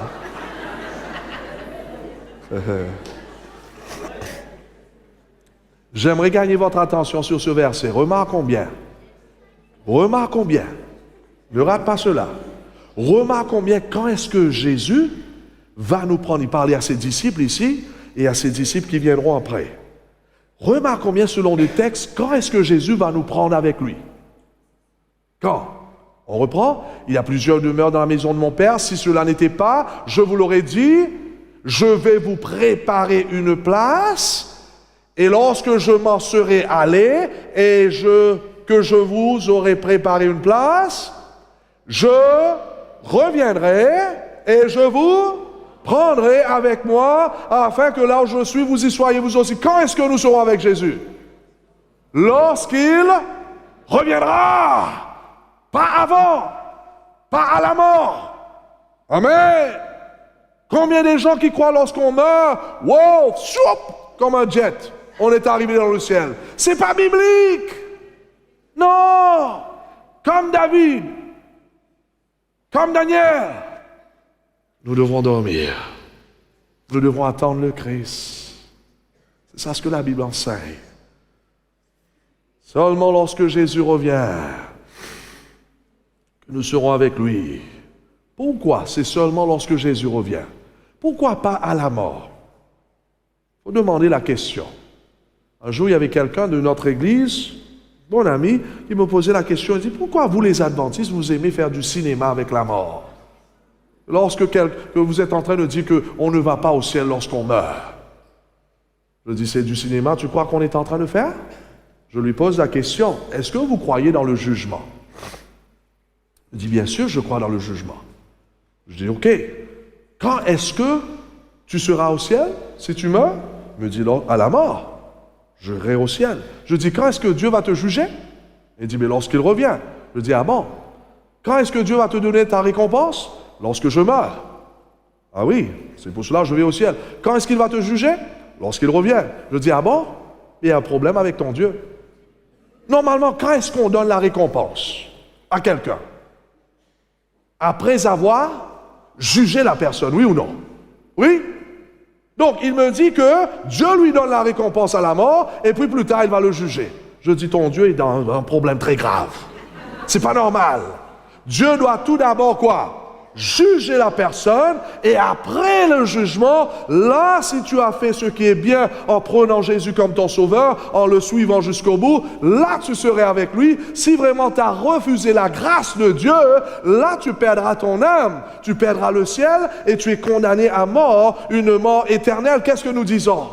C'est ça ce que la Bible enseigne. C'est pour cela, vous voyez, la Bible est claire. Quand est-ce que Dieu nous donne sa récompense? Apocalypse chapitre 22, le verset 12. Écoute, dit Jésus, je viens quoi? Remarquons bien, ce n'est pas le pasteur qui a prêché que Jésus revient bientôt. C'est la Bible qui dit cela. Il y a des gens qui me disent, ah, pourquoi tu fais du cinéma avec le retour du Christ? Mais Dieu fait du cinéma si c'est du cinéma. Voici, je viens bientôt. J'apporterai avec moi la récompense à donner à chacun selon ce qu'il aura fait. Amen. Donc, quand est-ce que Dieu nous donnera sa récompense? Pas à la mort, Nathalie. Et lorsqu'il revient. Et il va faire cela pour tout le monde. C'est pour cela qu'il y aura un jugement. Est-ce que je peux vous dire ça encore une fois? Il y aura un jugement. Il y a des gens qui me disent, moi, je vais vivre ma vie comme je veux. Et puis, je vais mourir. C'est ça, c'est tout. Je dis, laisse-moi te dire, Dieu va te réveiller. Et tu vas faire face au jugement de Dieu. C'est pour cela, aujourd'hui, c'est le jour du salut. Aujourd'hui, c'est le jour de donner votre cœur à Jésus. Ah, mais pasteur, je suis trop faible. Je veux arrêter de prendre le mari de cette femme là-bas. Mais je ne peux plus, je ne sais pas comment faire. Donne ton cœur à Jésus. Repentez-vous. Laissez Jésus rentrer dans votre cœur. Changez ce cœur et vous allez voir comment le Seigneur va changer votre attitude. Changez votre cœur. Changez vos désirs. C'est lui qui va le faire. Si vous pensez que vous êtes faible ce soir, Jésus est fort. Si vous pensez que votre esprit est corrompu, prenons le Saint-Esprit, demandons le baptême du Saint-Esprit. Il va changer notre vie. Le problème avec vous et moi, trop souvent, on parle, on dit beaucoup de choses, mais on ne parle pas à Dieu. Il faut crier à Dieu, il faut le demander de rentrer dans notre vie, il faut supplier à Dieu, change mon cœur, Seigneur. Change mon cœur. Oh, mes frères et mes sœurs, amis invités, selon la Bible, lorsque Jésus reviendra, c'est là qu'il va nous donner la récompense. Il va réveiller tout le monde, les bons et les mauvais, ceux qui sont en Christ, ceux qui n'étaient pas en Christ. Et c'est là qu'il va prononcer le jugement. Et c'est là que vous allez savoir si vous serez soit dans le ciel, soit détruits éternellement. La question que je vous pose ce soir, mes bien-aimés, d'ailleurs c'est la grande question. D'où vient cette croyance, l'immortalité de l'âme, qu'on ne va pas mourir? Lorsqu'on meurt, on ne va pas mourir. Oui, le corps va se désintégrer, mais l'âme vivra. D'après vous, où ça sort cette croyance? Est-ce que vous savez? Et regarde ce que la Bible nous dit. Genèse chapitre 3, il y avait quelqu'un qui avait dit à une femme qui s'appelle votre première mère, Ève.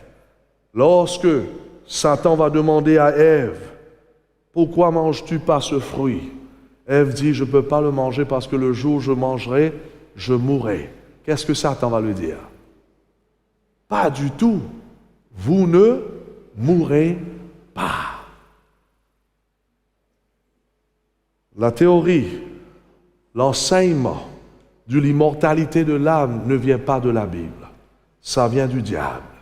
Satan est celui-là qui a créé cette croyance en faisant croire que lorsque tu meurs, tu n'es pas vraiment mort. Simplement, tu vas vivre quelque part. Si tu as fait bien, tu vas aller au ciel. Si tu as fait mal, tu vas aller en enfer. Tu vas être vivant en enfer, il dit. Mais ça va être un peu chaud là-bas. Mais on a un moyen de te faire sortir de l'enfer. Est-ce que vous m'écoutez là? C'est pour cela aujourd'hui on a des doctrines au sein du christianisme qui ne se trouvent pas de la Bible, où il y a les gens maintenant, si le dirigeant de l'église dit que votre fils est en enfer, qu'est-ce qui se passe? Ah, on va intercéder pour votre fils. Et finalement, il faut que tu nous donnes un petit peu. Là, on intercède. Laisse-moi vous dire quelque chose. Lorsque Alex avait entendu ce message, l'homme que je vous avais raconté au commencement,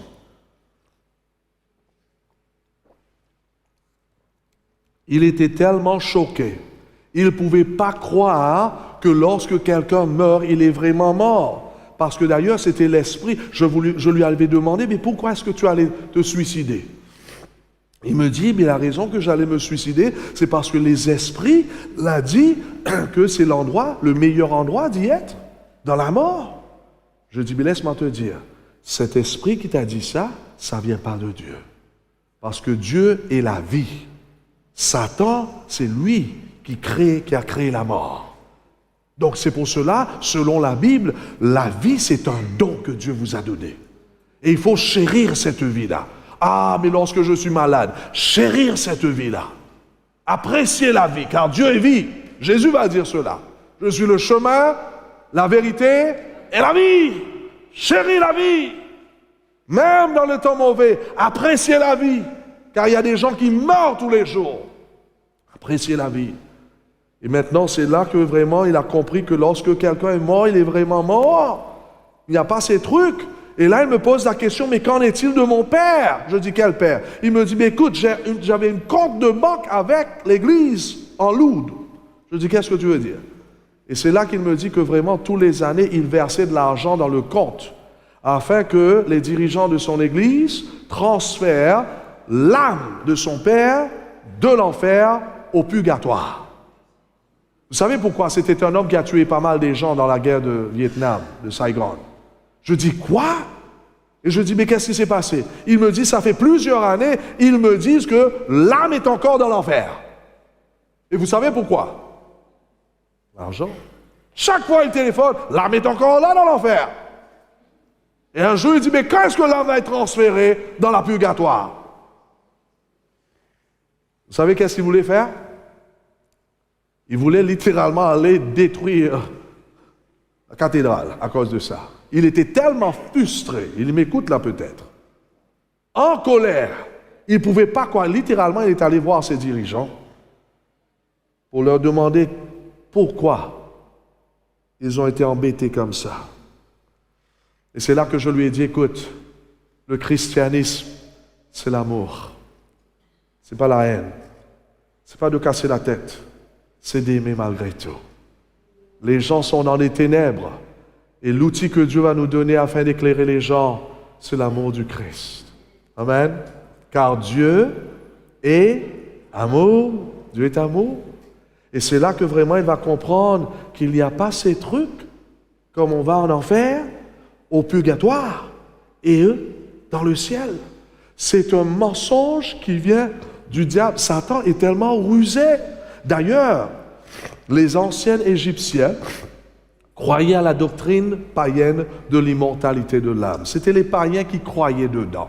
Va taper sur l'Internet, fais des recherches, vous allez voir pour vous-même. Même les Babyloniens croyaient dans cela. C'est pour cela, si vous étudiez, on est en retard, j'allais vous expliquer un petit peu ce qui se passe avec les mamies. Pour eux, c'était des grandes choses, parce que pour eux, l'âme ne meurt pas. Et c'est pour cela qu'ils enterrent ces gens-là avec leur argent et toutes ces choses. Malheureusement, la doctrine païenne de l'immortalité de l'âme humaine se glissa par la porte de derrière de l'Église. Un grand théologien disait dans son livre, William Gladstone, la doctrine païenne de l'immortalité de l'âme humaine s'est incrustée par la porte arrière de l'Église. C'est pour cela aujourd'hui on a des cultes, le culte des ancêtres est basé sur la fausse doctrine de l'immortalité de l'âme. Dans la culture mélanésienne, on a certains trucs qu'on fait au sujet de ça. On attend après une année, quelqu'un était en train de me dire, afin de fêter, de faire la fête au sujet de l'âme de cette personne. C'est pas biblique, car l'âme est morte, la personne est morte. Aujourd'hui, il y a toutes sortes de pratiques menant les gens à parler aux morts. Est-ce que vous suivez là? Les gens parlent aux morts. Il y a certaines qui parlent au sujet du purgatoire. Écoute ce que dans le catéchisme, page 268, nous dit, l'Église a formulé la doctrine relative au purgatoire où? Au concile de Florence et de Trente. C'est pas dans la Bible ça. C'est l'Église qui a formulé cela. L'Église catholique. Qu'en est-il du jour des cendres? Écoute ce qu'il dit dans le même livre. Prie pour les morts afin qu'ils puissent être libérés de leurs péchés. Non seulement nos prières pour eux les aident, mais ils font efficacement intercession en notre faveur. Wow!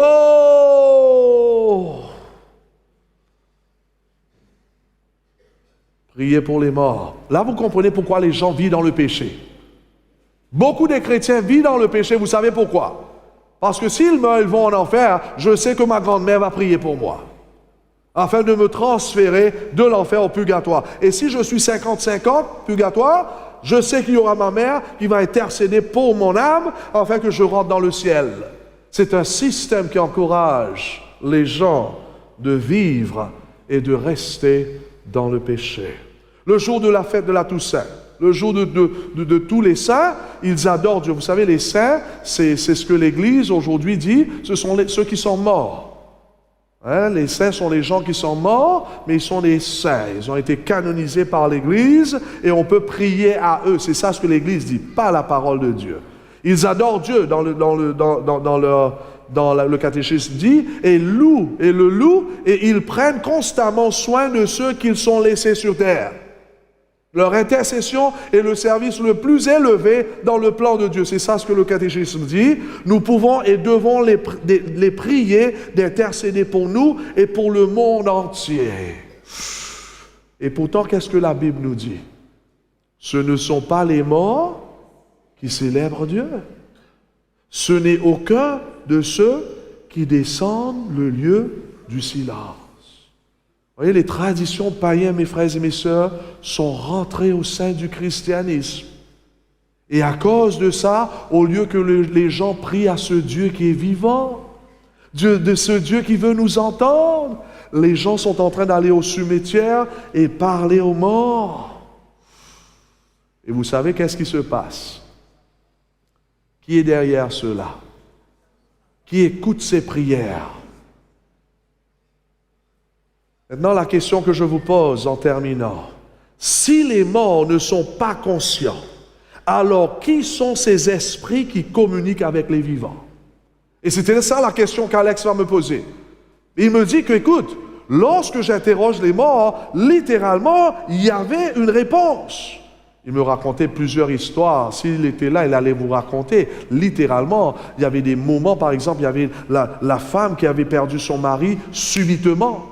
Et voilà, il vient, il pleure. S'il vous plaît, est-ce que je peux parler à mon mari?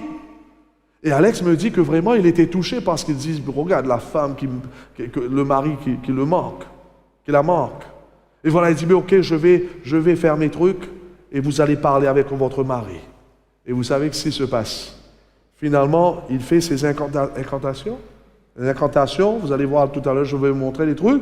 Et finalement, littéralement, Alex parle. Il est le médium. N'oublie pas, le médium veut dire quoi? L'intermédiaire. Médium veut dire l'intermédiaire entre les esprits et l'être humain. Il se met au-debout. Vous ne savez pas ça. Vous pensez que c'est le bon esprit. Mais non, c'est les esprits mauvais. On a déjà parlé là-dessus. Lorsque Satan a été chassé du ciel, il est descendu avec qui? Les mauvais anges. Et ces mauvais anges, la Bible les déclare comment? Les démons. Et c'est comme ça Satan travaille, à travers ces mauvais esprits, ces démons. Et voilà, lui, il est en train d'être un canal entre les esprits, les démons et les êtres humains. Et voilà, la femme veut voir son mari, et Alex est le médium, et finalement, qu'est-ce qui se passe? Il commence à parler avec la voix de l'homme. Et la femme est choquée. D'ailleurs, ce qui est plus choquant, c'est l'odeur du parfum de l'homme. Alex sent cela. Et lui, il n'aime pas le ménem. Il m'écoute là, j'espère. Il n'aime pas le ménem. Et voilà, il sent le ménem. Et il me dit que pendant un mois, ce truc est collé sur lui. Wow! Il était frustré. Mais voilà, c'est dans l'interaction, qu'est-ce qui se passe? La femme est venue, première question, où est-ce que tu as caché l'argent? Alex était choqué. Car la femme ne voulait pas de son mari, voulait l'argent.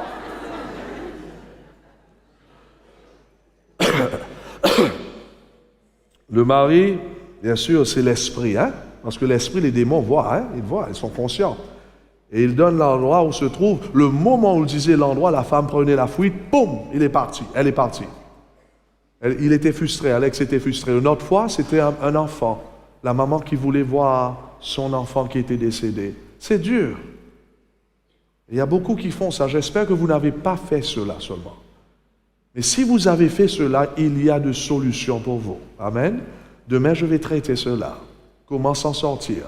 Parce que vous êtes en train, lorsque vous allez voir ces médiums, vous êtes en train de rentrer en contact avec qui? Avec Satan, les mauvais esprits. Et lui ne comprenait pas ça avant parce qu'il me disait, j'étais sincère, je faisais ça quelquefois pas pour de l'argent. Et parce que j'aimais ces gens-là, ils souffraient sans leurs enfants. L'histoire est grande, notre temps est court, mes frères et mes sœurs. J'espère que demain, on va pouvoir partager un petit peu plus. Mais finalement, le point, c'est ceci. C'était un canal qui connectait les gens au mauvais esprit. D'ailleurs, je dois vous dire cela. Après qu'on a étudié cela, après quelques semaines, il est venu vers moi. Il me dit, tu ne vas pas croire. J'ai réfléchi sur ce que la parole dit. Tous ces gens, il me dit, qu'il a fait rentrer en contact avec les morts, ont eu des problèmes dans la vie après. Soit qu'ils ont des cauchemars, les désirs de suicide, soit qu'ils entendent des voix, Ils ont tous des tas de trucs ou bien une maladie. Au commencement, il me dit non, parce qu'il posait les mains aussi pour guérir les gens. Mais quel était l'esprit qui était avec lui? Voyez-vous là? Donc il me dit que vraiment au commencement, les gens étaient bien, ça marchait, ils étaient tellement contents, après 1 mois ou 2 mois, quelquefois après quelques semaines, wow, la tempête dans la vie de ces gens. Je lui dis, il faut que tu confesses cela à Jésus aussi. Mes frères et mes sœurs, donc, si les morts ne sont pas conscients, alors qui sont ces esprits qui communiquent avec les vivants? La Bible nous dit, ce sont les esprits de démons qui font des miracles, qui font des prodiges. Vous êtes en train de poser la question, mais qui est la personne que j'ai vue dans ma chambre? D'ailleurs, j'étais en train de le parler. Laisse-moi vous dire, c'est un mauvais esprit qui est en train de jouer avec vous? Oh, mes bien-aimés, selon la parole de Dieu, Satan travaille à travers ses anges déchus. Mauvais esprit pour séduire le monde. C'est ça ce que le texte nous dit. Surtout dans les derniers jours, le spiritisme sera élevé. Qu'est-ce que c'est que le spiritisme? Le monde occulte, le monde des esprits. Pourquoi? Parce que Satan cherche à décevoir. Ce sont les esprits de démons qui font des miracles. Il est là afin d'essayer de tromper le monde avec de faux miracles, fausses apparences, fausses visions. Satan cherche à captiver les esprits. Même dans les films Hollywood aujourd'hui, attention ces films, même ces musiques sont là pour détruire l'homme. Il y a les livres de Harry Potter. Vous savez pourquoi ces livres-là ont été écrits? Va voir pour vous-même. D'ailleurs, chaque fois lorsque un livre d'Harry Potter sortait, c'était quand est-ce qu'ils vendaient? À minuit. Les gens mettaient la nuit, là où ma femme habite au Canada, pour aller acheter cela. Pourquoi minuit? Vous savez, le minuit, c'est pourquoi? C'est là que l'ennemi travaille le plus. C'est pour cela la Bible nous dit clairement, écoute cela, vous ne devrez pas rater cela. Ne vous tournez pas vers les spirites ou vers les médiums. Ne les recherchez pas. Vous deviendrez impurs à leur contact. Je suis le Seigneur votre Dieu. Oh, Satan fera des miracles dans les derniers jours. Il fera beaucoup de choses à travers ces soi-disant médiums guérisseurs. Et l'âme qui se tournera vers ceux qui évoquent les esprits et vers les diseurs de bonne aventure, se prostituant avec eux, je mettrai ma face contre cette âme-là. Remarquons l'âme-là, la personne. Et je la retrancherai du milieu de son peuple. Pourquoi est-ce que Dieu est aussi sévère? Parce que l'âme qui va voir ces gens est en train d'amener les esprits avec lui dans le camp de Dieu, parmi le peuple. Et ça va contaminer le peuple. Lévitique, chapitre 20, le verset 27. Si un homme ou une femme ont eu en eux l'esprit d'un mort ou un esprit de divination, ils seront punis comment? De mort, on les quoi? Lapidera, leur sang retombera sur eux. Est-ce que Dieu est aussi sévère? Non! Dieu est amour, il veut protéger son peuple. Et pour qu'il protège son peuple, il vaut mieux qu'un meure que le peuple en entier meure. Est-ce que vous suivez? Donc même dans cela, on voit l'amour de Dieu ici. Parce que Satan ne joue pas, il se déguise, la Bible nous dit.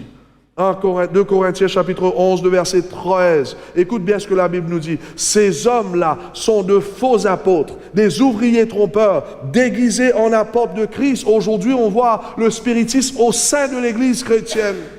Des choses qui se passent au nom de Jésus, mais c'est l'esprit du diable qui performe des miracles, qui font des choses. Il faut faire attention, mes bien-aimés.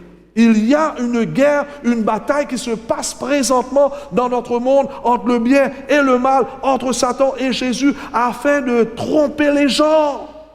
Ces hommes-là, Paul dit, sont de faux apôtres, des ouvriers trompeurs, déguisés en apôtres de Christ. Et cela n'est pas étonnant, puisque Satan lui-même se déguise en ange de lumière. Vous dites, mais j'ai vu mon grand-père, c'est exactement lui. J'ai vu mon fils, c'est exactement lui. Est-ce que vous savez que Satan peut personnifier une personne? Il se déguise. Si Satan peut se déguiser en ange de lumière, vous savez qu'est-ce que c'est que l'ange de lumière? L'ange de Dieu. S'il peut faire cela, qu'est-ce qu'il ne peut pas faire?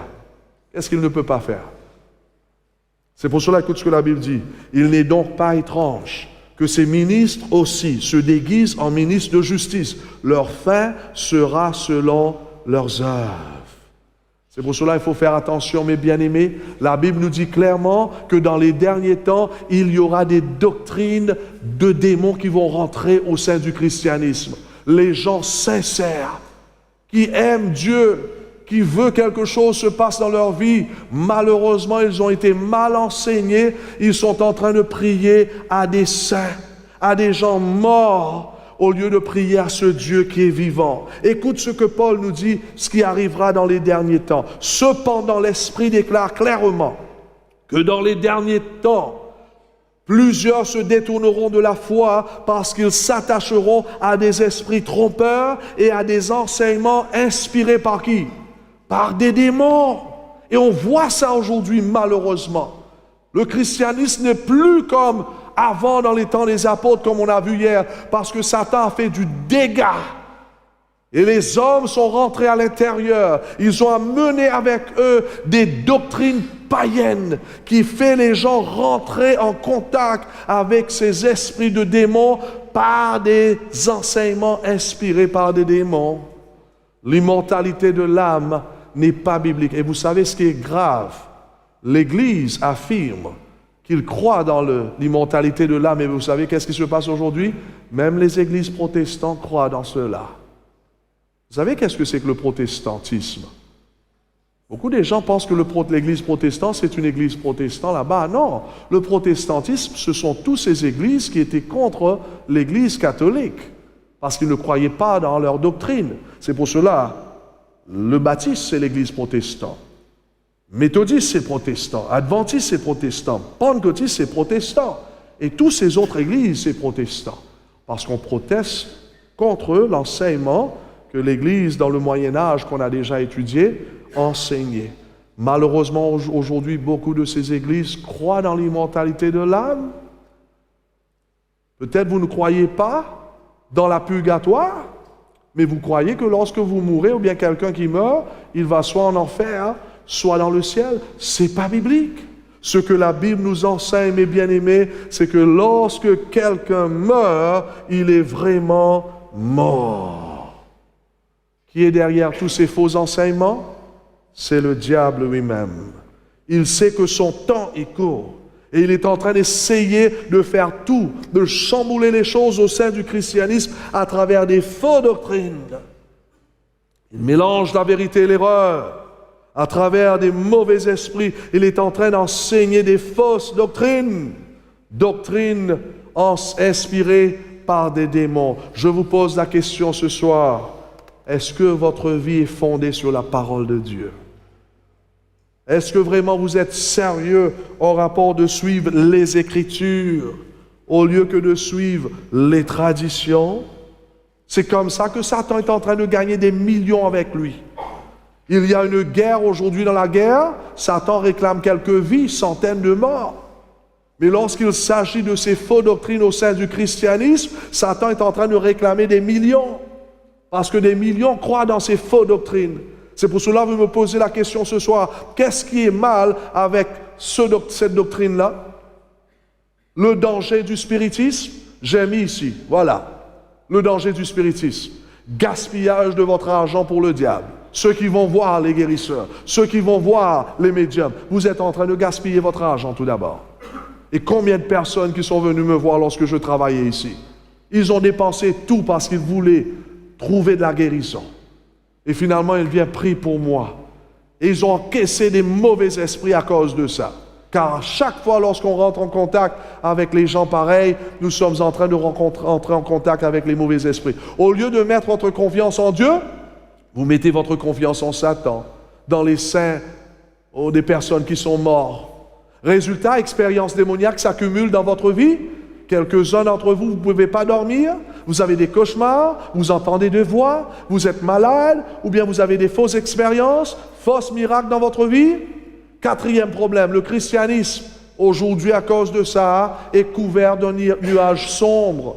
Il y a une influence démoniaque dans le christianisme aujourd'hui parce que les esprits sont infiltrés à travers ces fausses doctrines. Plusieurs églises protestantes, malheureusement, ont été soudoyées par cette croyance-là.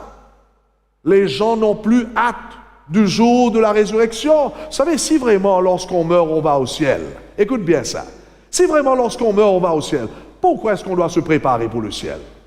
Voyez-vous là? Qui va chercher d'être prêt pour le retour du Christ si lorsqu'on meurt, on est déjà au ciel? Voyez là? C'est une attaque sur le retour du Christ. C'est pour cela, vous voyez, beaucoup des églises ne parlent pas du retour du Christ. Ne s'intéressent pas. Ils font n'importe quoi, sauf de préparer leurs gens pour le retour du Christ. Voyez-vous? J'espère que vous êtes en train de penser ce soir. Les gens vivent dans le péché parce que quelqu'un va intercéder pour eux quand ils mourront. Les esprits de démons, voilà, ça c'est important.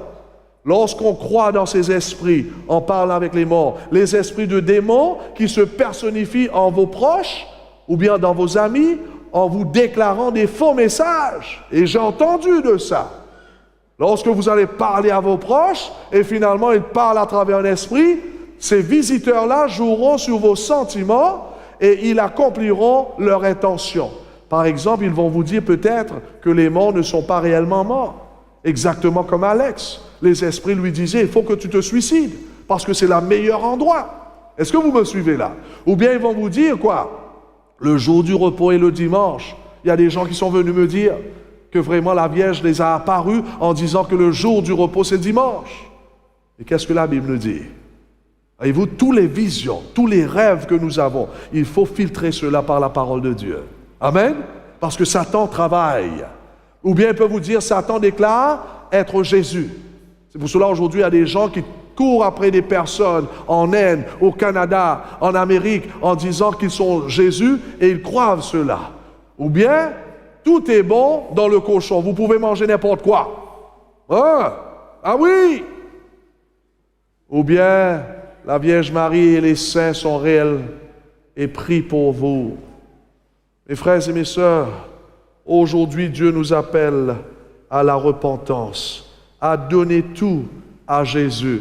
Je me rappelle lorsque j'étais avec Alex, après ce qu'il avait compris cela, quelques jours, même dans 2 ou 3 jours, il me dit, écoute, Jean-Noël, je vais prendre l'avion. Avant de prendre l'avion, j'aimerais donner ma vie à Jésus. J'aimerais me faire baptiser. Je dis, mais je ne peux pas te baptiser comme ça. Ton corps est devenu comme un tombeau, avec toutes sortes d'esprits. Il faut que tu te libères de ces choses. Il me dit, je suis prêt à abandonner tout. Je dis, est-ce que tu es prêt? Il me dit, oui, viens à la maison si tu veux. Lorsque je rentrais chez lui, il y avait toutes sortes de catastrophes, je ne peux pas vous dire. Vous savez, c'était un acteur de porn et tous ces trucs. Il y avait tous ces grosses statues de Bouddha et tous ces trucs. Vous énumérez. Tous les faux dieux, c'était là. Je dis, est-ce que tu es prêt à donner tout ça à Jésus? À brûler tout ça pour Jésus? Il me dit, pasteur, je ne peux pas rentrer dans l'avion. Je dis, pourquoi? Il était vraiment, je voyais, il avait la frayeur. Il me dit que les esprits l'ont dit qu'il va mourir. S'il prend l'avion, il va mourir. Et il devrait prendre cet avion pour aller en France. Et finalement, ce soir-là, on a pris tous ces trucs qu'on a mis dans la voiture afin d'aller brûler. Ça, c'est un truc qu'il servait pour faire ses incantations. Et il y avait tous ces livres-là. Il y avait des photos que je n'ai pas pu mettre ici. C'est sale. Et voilà ces trucs-là qu'il sert. Et il va brûler tout cela. Et vous savez où est-ce que nous trouvons cela? Écoute ça. Écoute ce que la Bible dit. Ça, c'est le dernier texte. Et plusieurs de ceux qui avaient cru en qui? Cru en Jésus. Cru en qui? Dans sa parole. Plusieurs de ceux qui avaient cru venaient confesser et déclarer ce qu'ils avaient fait. Et un grand nombre de ceux qui avaient exercé des sorcelleries, ayant apporté leurs livres, les brûlèrent devant tout le monde. Et quand on en a eu calculé le prix, on le trouva de 50 000 pièces d'argent. C'était des milliers. Ils ont brûlé tout cela en donnant leur vie à Jésus. Ils ont détruit tous leurs idoles. Et c'est ça ce que notre frère Alex va faire. On avait brûlé, d'ailleurs, on avait eu de problèmes là-bas. Mais je vais vous raconter ça peut-être demain. Aujourd'hui, Alex est un homme libéré. Il vit en Australie. Peut-être il m'écoute là. Il a donné son cœur à Jésus. Et chaque fois lorsque je voyage, il essaye son mieux d'être avec moi. Il était ici plusieurs fois, il a raconté son témoignage. Il est allé en Australie, Fidji, Tahiti, aux Seychelles, partout. juste pour raconter ce que Jésus a fait pour lui. C'est un homme qui est libéré maintenant. L'histoire est plus longue que ça. Peut-être demain nous allons entendre un petit peu plus. Ce soir, Dieu vous appelle à la repentance. Beaucoup d'entre nous, nous avons pratiqué ces choses. Est-ce qu'il y a de l'espoir? Et vous êtes là ce soir parce qu'il y a de l'espoir pour vous. Amen. On a de l'espoir. C'est ça ce que ce vieux livre nous raconte. Que Jésus est la réponse. Vous ne devrez pas rentrer chez vous ce soir sans donner votre cœur à Jésus. Sans confesser dans votre cœur. Je vais vous donner un petit temps de silence présentement. Afin que vous puissiez dire à Jésus, aie pitié de moi. Peut-être vous êtes allé voir ces guérisseurs, ces médiums. Ou bien présentement, vous avez une relation avec quelqu'un qui fait ces choses. Et vous voulez dire, Jésus, aie pitié de moi. Pardonne-moi que j'ai cru dans ces faux enseignements. Et peut-être aujourd'hui, c'est pour la raison laquelle j'ai des problèmes dans ma vie. Demain, on va traiter un petit peu plus profond au sujet de ça. Mais il y a de l'espoir. Ne rentrez pas chez vous tout seul. Rentre avec Jésus dans votre cœur. Confessez vos péchés à Dieu. Ne crois plus dans cet enseignement que lorsque tu meurs, tu vas aller quelque part. Non. Lorsqu'on meurt, nous serons dans le tombeau. Mais moi, j'ai quelque chose à vous dire. Ça, c'est ma conviction. Je peux être en défaut. Lorsque je regarde dans la Bible et les signes des temps, lorsque j'étudie l'Apocalypse et ce qui se passe dans notre monde en rapport de ce que la Bible nous dit, je crois fermement que nous serons le groupe qui vont voir Jésus dans les nuées. Car nous vivons dans les derniers temps. C'est pour cela que nous voyons des tas de choses qui se passent. Et la Bible nous a déjà décrit cela. Que vous allez voir ces choses. C'est dans notre temps. Aujourd'hui, c'est le jour du salut. Aujourd'hui, c'est le jour de donner votre vie à Dieu. Ne regarde pas gauche-droite. Ne regarde pas en arrière. D'ailleurs, je vous lance ce défi. Ce sabbat qui vient, il y aura un baptême. Purifiez-vous à travers l'eau de baptême. Renoncez à toutes ces pratiques. Et le baptême a été fait pour cela, pour vous purifier, pour vous laver, afin que vous puissiez démarrer une nouvelle vie avec Jésus. Qu'est-ce que nous disons? Levons-nous et prions.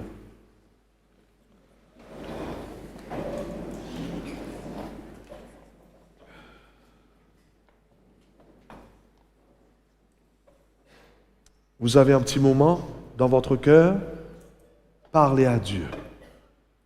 Confessez vos péchés à Dieu, entre vous et votre Dieu. Il vous écoute. Si vous devrez pleurer, pleure à lui. Et puis, on va entendre le pasteur Jérémie qui va terminer par la prière.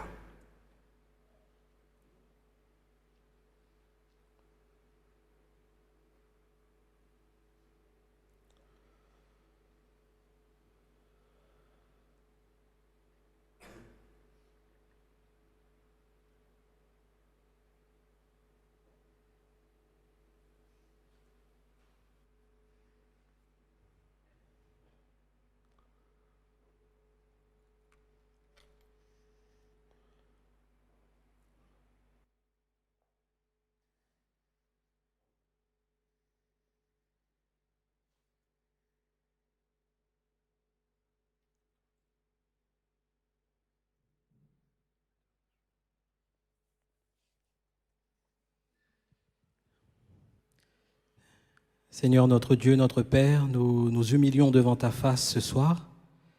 Toi qui es rempli d'amour, rempli de vérité, rempli de compassion et qui désire le salut des âmes, de toutes les âmes qui vivent, de celles qui sont présentes dans cette salle ce soir, tu as délivré un message d'espérance en désirant démasquer le malin, lui qui désire jouer avec nous, lui qui désire nous manipuler, lui qui est le père du mensonge, qui est meurtrier, qui accuse, et lui qui a été vaincu à la croix grâce à Jésus-Christ notre Sauveur. Et c'est par les mérites de Jésus-Christ que nous prions pour que, Seigneur, tu puisses nous libérer de tout ce qui nous attache à ce monde. Que tu puisses libérer cette âme qui a été bernée, qui a été séduite par le père du mensonge, Satan lui-même. Soit avec cette âme, Seigneur, qui a confessé son péché, qui a été voir un médium ou un voyant ou un guérisseur, qui était un agent de l'ennemi et qui a voulu attacher cette âme, eh bien, pour toujours, en voulant, dans le but, eh bien, que cette âme se détruise. Seigneur, merci parce que tu es en train de faire un miracle. Amen. Tu es en train de vouloir ressusciter des vies. Tu désires donner à chacun d'entre nous ce soir la vraie vie, une vie spirituelle avec toi. Yes. Nous prions, Seigneur Jésus-Christ, pour ce que tu as commencé à faire puisse eh bien, aller jusqu'à son terme. Yes. Notre Dieu, nous prions parce que tu as ouvert les yeux pour beaucoup, pour qu'en rentrant à la maison, s'il y a des choses à enlever, Yes. eh bien que ces choses soient enlevées. S'il y a des liens, Seigneur, eh bien qu'on renonce à ces liens au nom de Jésus-Christ. Yes. S'il y a des âmes qui pensaient ne pas avoir d'espérance ce soir, elles ont reçu la réponse, ta réponse, Jésus. Nous prions pour que tu puisses, eh bien, amener les âmes qui le désirent à se donner à toi par les eaux du baptême. Amen. Prépare ces personnes, Seigneur, et fais tomber les obstacles de l'ennemi, et que nous puissions être dans la joie, samedi prochain, sabbat prochain, eh bien, de voir des âmes s'unir à toi, Jésus, se marier avec toi, parce qu'elles ont décidé de passer dans ton camp.